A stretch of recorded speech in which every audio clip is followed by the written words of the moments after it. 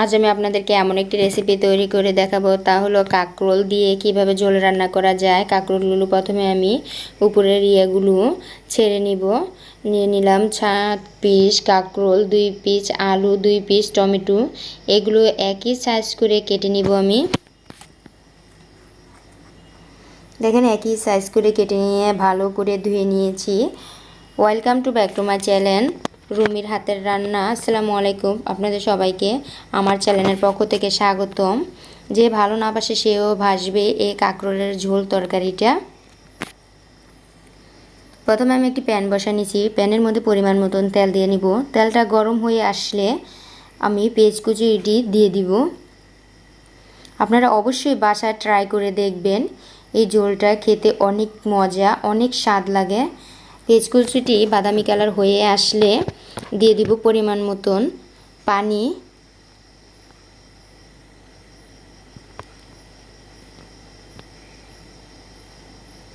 পানিটা দেওয়ার পরে দিয়ে দিব আমি আদা ও রসুন বাটা। এভাবে রান্না করে আপনারা খেয়ে দেখেন, বাসা ট্রাই করে দেখেন। দিয়ে দিব নুন 1 চামচ, দিয়ে দিব হলুদের গুঁড়া,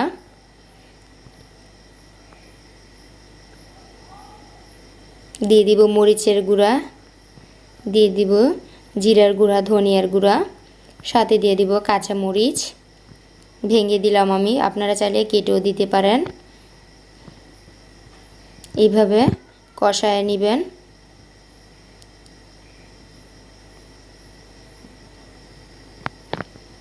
এখন আমি দিয়ে দিব কাঁকরোলগুলা।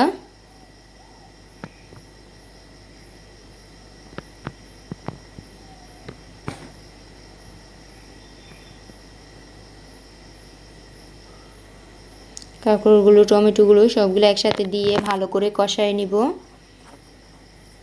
এখন ডেকে দিব, দ্রুত সিদ্ধ হয়ে যাবে। কষানো শেষ, নেড়ে চেড়ে দিতে হবে।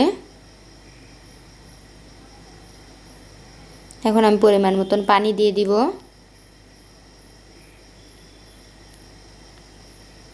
ঢেকে দিব, দিয়ে দিব সাথে মাছগুলো, মাছের পিসগুলো এক এক করে দিয়ে দিব।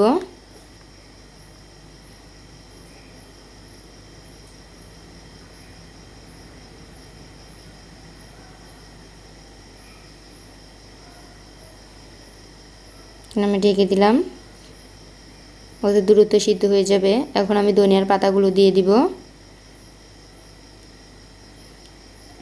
অনেক সুন্দর একটা ফ্লেভার আসছে। এখন আমার পরিবেশনের পালা।